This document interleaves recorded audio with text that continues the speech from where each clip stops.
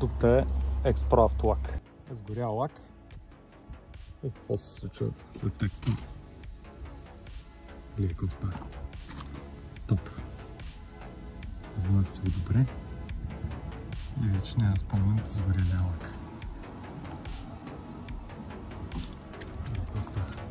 Гледай бако. Вече емилиран. Гледай го.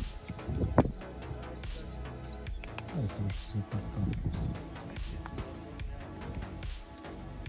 Продуктът е Expo лак.